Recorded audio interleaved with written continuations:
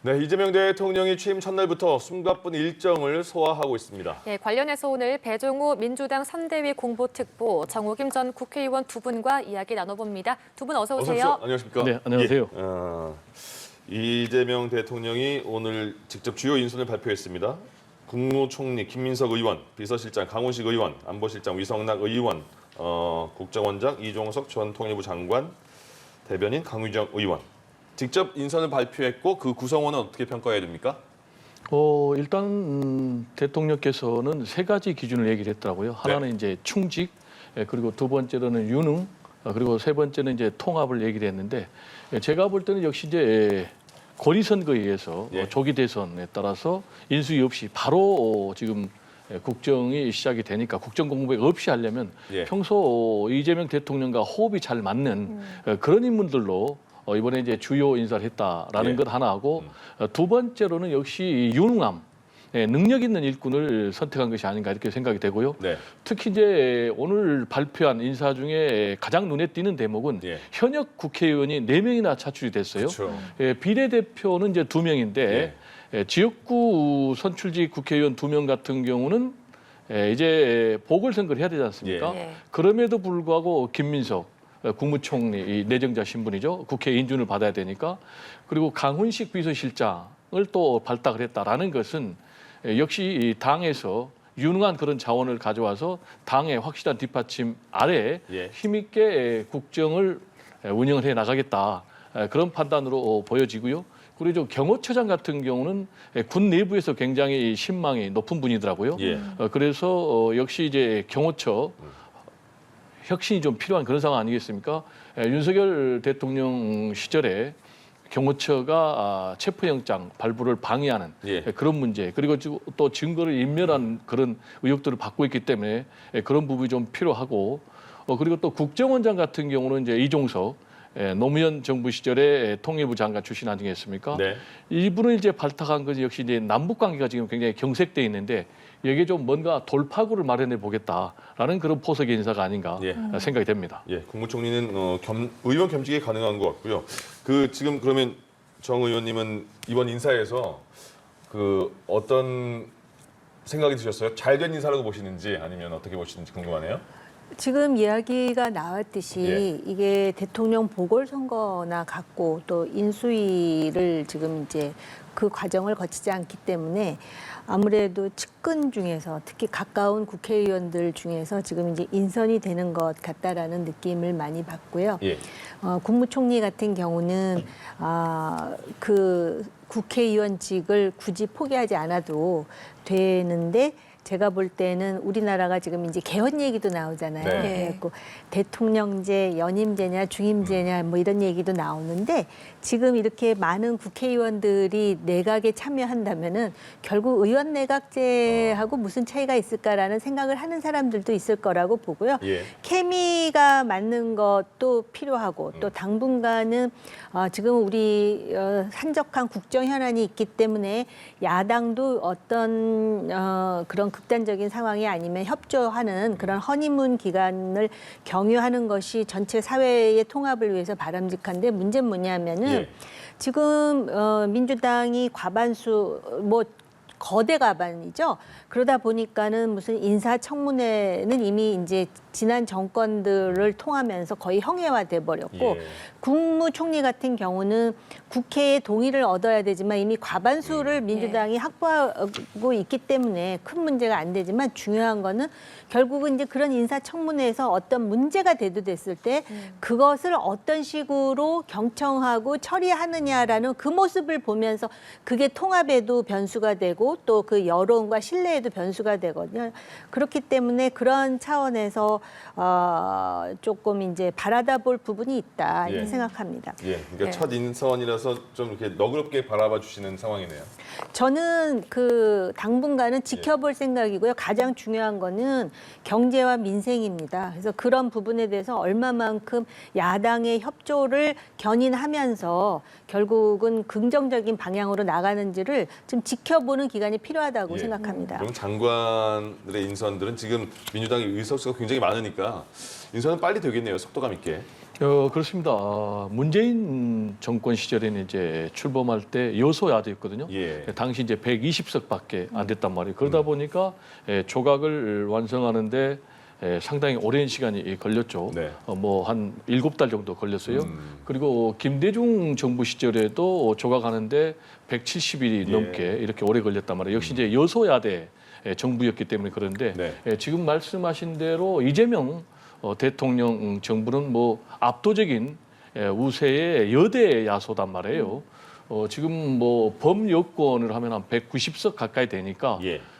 국무총리 국회 인준도 큰 문제가 없이 진행이 될 것으로 보여지고 예. 그리고 이제 국무위원 같은 경우는 이제 국무총리가 제청을 하면은 네. 국회에서 인사청문회를 통과를 해야 되거든요. 예. 그래서 대상자가 지명자가 결정적인 어떤 뭐 흠결이 없다면 국회 통과는 무난하지 않을까. 예. 그렇다면은 뭐 여소야대 정부, 문재인 정부라든지 김대중 정부 시절에 뭐 6달, 7달 걸렸던 것에 비해서 굉장히 압축적으로 빠른 시간 내에 네. 내각이 모두 구성이 되지 않을까 이렇게 전망이 됩니다. 예. 예, 그러니까 이 대통령이 첫 인선을 속도감 있게 진행하고 있는 가운데 윤석열 정부의 장차관들이 그제 일괄 사표를 제출했고 그리고 또 저희가 아까 속보로도 전해드렸지만 이주 국무총리 직무대행 부총리 겸 교육부 장관이 이재명 대통령에게 전체 국무위원회 사의를 표명했거든요.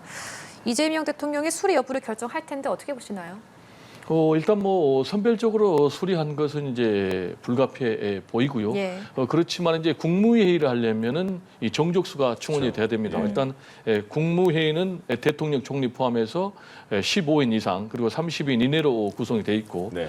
과반이 11명이니까 이걸 넘어야지 열 수가 있단 말이에요. 많은 그래서 분들이 이제 알고 있습니다. 그 부분. 네, 최근에. 그래서 예. 지금 상황에서는 뭐 윤석열 정부의 국무위원들이 없이는 국무회의가 현실적으로 불가능하기 때문에 당분간 불가피한 그런 동거 시간은 뭐 꼭 있을 수밖에 없는 그런 상황이 아닌가 이렇게 생각이 되고 예. 그런데 이제 만약에 지금 뭐 이주호 총리 권한대행 아니겠습니까? 네. 이주호 총리 권한대행이 그대로 자리를 유지할지 아니면은 뭐 그분의 사표를 수리할지 또 본인이 뭐 사의를 계속해서 유지할지 이런 부분에 따라서 만약에 이분이 자리를 그만둔다면은 그 다음 순서를 맡은 국무위원이 지금 과기정보통신부 장관이거든요. 예. 이분이 맡게 되고 실제로 이제 박근혜 정부 시절에는 황교안 국무총리가 그만뒀어요. 네. 그러다 보니까 이제 당시에 유일로 전 경제부총리가 총리 권한대행을 맡았던 그런 적이 있습니다.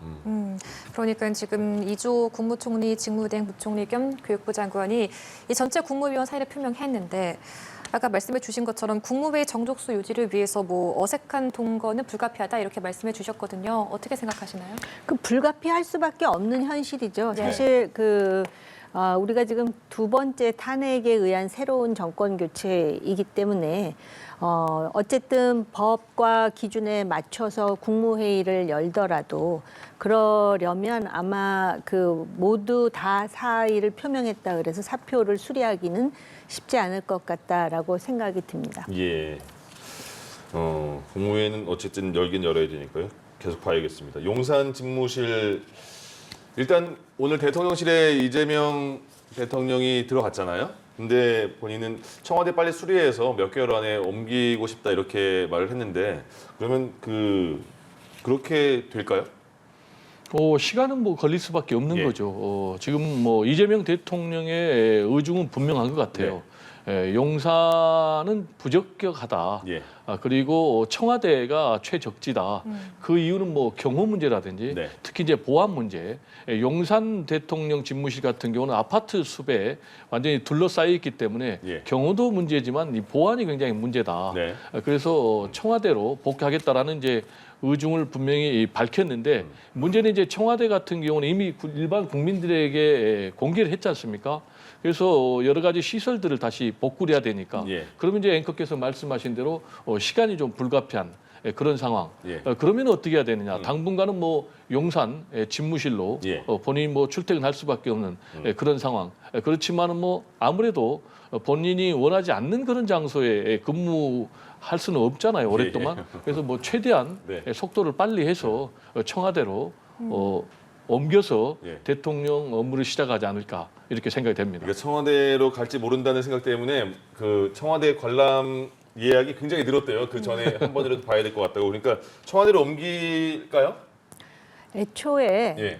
그 지난 3년 전에 예. 용산으로 옮긴다 그랬을 때 제가 그거에 대해서 상당히 비판을 하면서 또 예. 그 보수 지지자들이나 또 정당으로부터 굉장히 또 비난을 예. 받기도 했었는데요.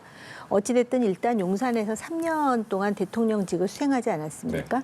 그런데 지금 이런 상황에서 이제 다시 청와대로 가는 것이 맞느냐에 대해서 설왕설래가 있을 수는 있어요. 왜냐하면 용산이 뭐 보안과 또 경호 문제가 있다 그러는데 어찌됐든 대통령실로서 기능을 할 수 있도록 또 많은 예산을 써서 지금 정비가 되어 있는 상태입니다. 네. 그래서 청와대가 사실은 여러 가지로 그동안 오랫동안 대통령실로서 상당히 기능을 유지해 왔으나 말씀하셨듯이 공개를 했었잖아요. 예. 그럼 여전히 보안 문제는 남는 거예요. 그리고 또 여러 가지 그 대통령이 갖춰야 될 그런 어떤 그 안보라든지 관련해서 그 시설들이 용산으로 지금 옮겨왔는데 다시 또 옮겨가야 되는 네. 상황이고요. 그럼에도 불구하고 대통령의 결정이 가장 중요하겠죠. 근데 근본적으로 어떤 문제가 있느냐면은 우리나라가 지금 수도가 분할되어 있는 상태입니다. 그래서 중요한 경제, 사회 강요들이 지금 세종에 내려가 있거든요. 예. 전 세계에서 이렇게 수도를 분할한 나라가 카자흐스탄, 남아프리카 공화국, 그다음에 가다피 시절에 리비아 같은 나라예요. 그러니까 예. 수도를 분할하지 말아야 됐음에도 불구하고 수도를 분할한 거잖아요. 그래서 지금 어쩔 수 없이 지금 국회에 분원입니까? 뭐 내려간다 그러면서 대통령실 이전의 계획이 있느니 없느니 장기적으로 그렇다면은 실제로 일단은 용산으로 갈 수밖에 없잖아요. 예. 그리고 나서 그 다음에 어떤 행보가 과연 가장 비용 효과적이고 미래지향적이냐에 대한 치열한 공론화가 저는 필요할 것 같아요. 저는 애초에 수다 분할을 반대한 사람이지만 이미 가 있어요. 네. 그래갖고 지금 비효율이 서울과 세종 사이에서 엄청나게 나고 있지 않습니까? 예. 이런 일은 대통령만이 할 수 있다고 봐요. 잠시만요. 네, 일단 뭐 가장 중요한 것이 민생과 경제가 12.3 비상계엄으로 직격탄을 맞았지 않습니까? 예. 폐업이 속출하고 대한민국의 경제 성장률이 지금 0%대에 머물리니까 이 부분에 대해서 지금 비상경제 점검, 대응 TF를 예. 1호 지시로 지금 대통령이 내렸다. 네. 이렇게 해석이 가능하고요. 두 번째로는 아까 우리가 언급한 대로 빨리 이 국무회의를 소집을 해야 되지 않습니까? 그러려면은 누가 지금 국무총리 권한대행을 할 것인가라는 것과 관련해서는 지금 이주호 예. 권한대행을 그대로 쓸 것 같아요. 왜냐하면 그렇죠. 이분에게 전화를 해가지고 실무자 소집 지시를 내렸으니까. 예. 즉 이 얘기는 대통령도 그렇게 결정했고 본인도 예. 사의를 표명하지 않은 것으로 해석이 됩니다. 그러면서 동시에 박성재 법무장관, 이제 전 법무장관이 되겠어요. 예. 이분 외에는 이제 다 사의를 반려했다. 네. 그런데 이제 왜 박성재 전 법무장관만 사의를 지금 반려하는데 포함이 안 되고 수리를 했느냐라는 예. 것과 관련해서는 이번은 지금 내란에 가담한 동조한 그런 혐의로 지금 수사를 받고 있지 않습니까? 네. 그래서 부적절한 인물이다라고 판단해서 선별 수리한 것으로 보여지고요. 예. 그리고 이제 또 한 가지 지금 대변인께서 발표한 것은 합참 전투 통제실을 방문했다는 거 예. 아니겠습니까? 예. 지금 이거는 이제 굉장히 중요하죠. 북한이 이제 언제 대한민국에 대해서 또 뭐 여러 가지 행동을 할 수 있을지 모르니까 만전의 대비 태세를 취하라라는 이제 그런 측면도 있고 특히 이제 이번에 12.3 비상계엄에 군이 동원이 됐지 않습니까? 네. 물론 이제 대부분의 장병들은 소극적으로 명령에 임했기 때문에 결국 이제 12.3 비상계엄이 실패로 끝났지만은 예. 그럼에도 불구하고 우리 군에 대한 우리 국민들의 염려, 불안 이런 부분이 있단 말이에요. 그래서 그 부분에 대해서 국민들의 염려와 우려를 불식시킬 수 있는 그런 해소 방안을 요구를 한 것이 아닌가 이렇게 분석이 됩니다. 그러니까 이재명 대통령이 그 내란 심판을 계속 후보 시절에 외쳤는데 박성재 법무부 장관만 국무위원회에서 모든 국무위원 말고 박성재 법무부 장관만 사의를 받아들이겠다. 이거는 그 내란 심판과 이어지는 걸까요? 뭐 그렇게 해석할 수도 있고요. 예. 어찌됐든 간에 중요한 거는 박성재를 제외했다라는 부분에 방점이 있을 수도 있고 예. 네. 오히려 그 나머지 국무위원들은 유보하고 어쨌든 불편한 동거를 단 며칠이라도 지금 할 수밖에 없는 현실을 그대로 예. 보여줬다. 그다음에 좀 마이너한 건데요. 네. 제가 어떤 대통령이든 대통령 취임한 후에 이 얘기를 꼭 했던 것 같은데 왜 이제 방송에서도 그렇고요. 지금 이제 언론 기자 브리핑이잖아요. 네. 그러면은 마치 또 그 외교관들이나 기자들 중에 저희 나라라고 말 잘못하는 사람들이 있거든요. 그렇죠. 우리나라인데. 예, 예. 그다음에 아까도 지금 대변인 브리핑을 보니까 그럴 때도 있고 안 그럴 때도 있는데 대통령께서는 뭐뭐 아. 하셨습니다 이러거든요. 국민들이 주인이에요. 예. 국민들이 주권자고. 따라서 대통령은 예. 뭐뭐 했습니다. 그래서 제가 이거를 지금 그 민주당 정권이기 때문에 얘기하는 게 네네. 아니라 말씀드린다는 거고 그럼 저희도 신경 쓰고 있습니다. 네, 예. 그다음에 안보, 그다음에 경제 TF 이런 것은 굉장히 신속하게 대통령이 국정을 챙긴다는 이미지를 줄 것 같습니다. 예. 그런데 아마 중요한 거는 오늘 밤에 트럼프 대통령과 통화를 통해서 신뢰를 구축하고 그리고 미국 이외에도 주변 사강은 말할 것도 없고 예. EU라든지 상당히 글로벌하게 대통령이 움직이면서 우리 대한민국의 소위 코리아 디스카운트라든지 또는 그 한국의 그 리스크라고 생각하는 부분을 예. 불식시켰다는 얘기가 이제 나와야 되겠죠. 그 마지막에 강유정 대변인이 오늘 데일리 브리핑은 마치겠습니다라고 언급한 거 보면 매일매일 이렇게 브리핑을 할 건가 보죠? 일단 뭐 그렇게 해석이 되고요. 예. 이재명 대통령은 이 소통을 굉장히 강조했잖아요. 예. 특히 이제 여야 네. 대표들 만나서 국회의장 함께한 자리에서도 소통을 강조했고 예. 특히 이제 이재명 대표는 당 대표 시절 예. 뭐 대선 후보 시절에는 말할 것도 없고 기자들과 굉장히 긴 시간 동안 네. 단순히 뭐 기자회견문만 낭독하고 끝나는 것이 아니라 기자들의 일문일답에 아주 충실하게 응했지 않습니까? 그래서 이제 그런 것을 뭐 본인이 도스태핑을 하는 대신에 예, 도스태핑에 대해서는 뭐 한다는 얘기는 없는 것 네, 같아요. 그러게요. 그게 저도 개인적으로는 네. 굉장히 논란을 많이 불러일으키기 때문에 득보다는 실이 더 많겠다. 그래서 알겠습니다. 반면에 대변인을 통해서 기자들하고 또 충분히 소통하고 언론과의 소통을 통해서 국민과의 소통을 충분히 하겠다라는 그런 취지로 해석이 됩니다. 아직 그 말씀 듣고 나서 네네네. 아까 하지 못한 얘기 10초만 예, 할게요. 예. 데일리 브리핑이라고 그랬잖아요.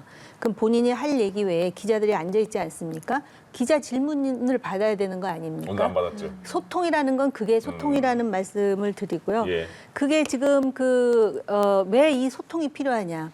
한국에서 대통령이 당선됐는데 미국의 백악관 브리핑을 하는데 미국의 언론 기자가 지금 한국의 대통령 당선된 것에 대해 입장이 무엇이냐 그랬더니 준비했는데 그러고 한참 찾았죠. 찾다가 못 찾았는데 연합뉴스 TV에서 그 서면으로 질의를 해서 답변을 받은 게 있더라고요. 이런 것이 왜 답변이 중요하냐면 그 네. 답변을 보고 저 사람들이 기본적으로 한국에 대해서 어떤 생각을 하고 있으면 앞으로 어떤 전략을 세워야 될지에 대해서 가늠할 수 있는 그런 그 척도가 되거든요. 알겠습니다. 알겠습니다. 자, 대통령실 현안 관련 브리핑과 관련해서 두 분과 조금 이야기를 나눠봤고요. 다음으로는 저희가 오늘 오전에 이재명 대통령이 국회에서 취임 선서를 하고 우원식 국회의장과 여야 대표들과 비빔밥 오찬을 했잖아요. 이 비빔밥도 화합 이런 상징의 음식으로서 준비했다 뭐 이렇게 했는데 이번 오전 일정들 하루 일정들 어떻게 보셨어요? 정치권에서 비빔밥 많이 드시잖아요.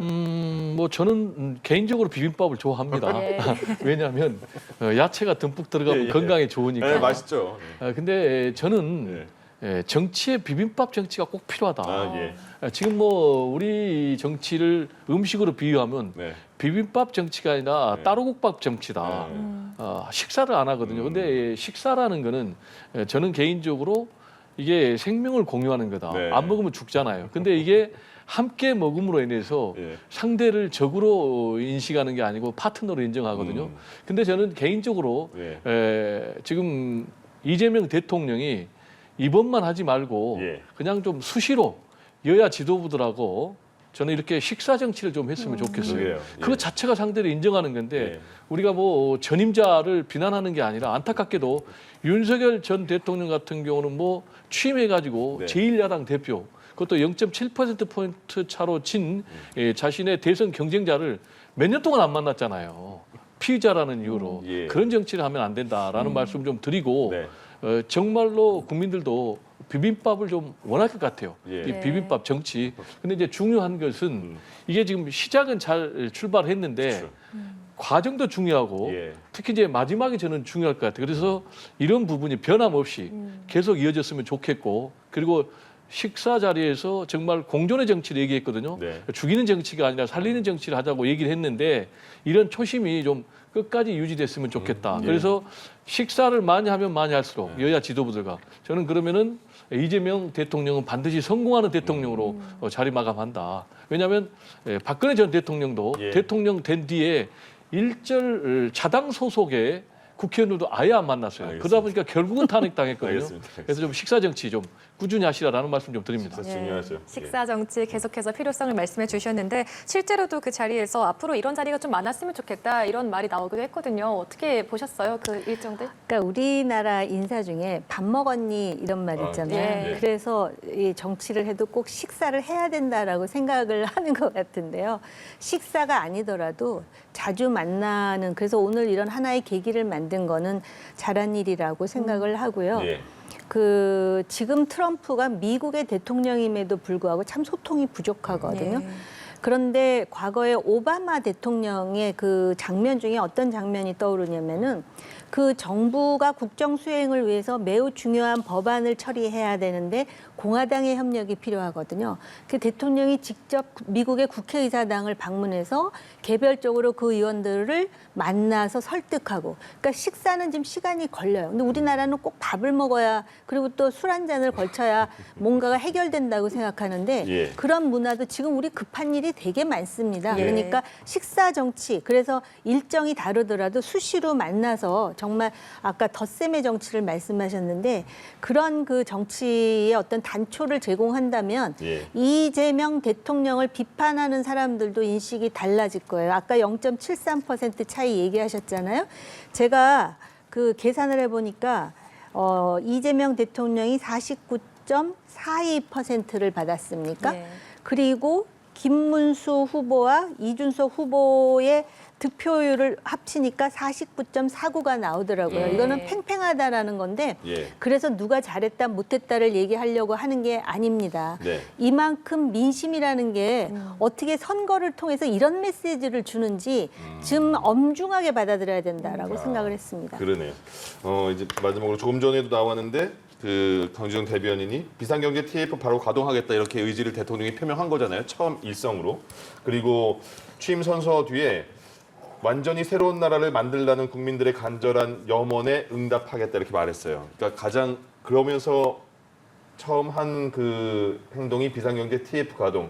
일단 경제를 그 어려워하는 국민들이 많으니까 이렇게 가동했다고 봐야 되겠네요.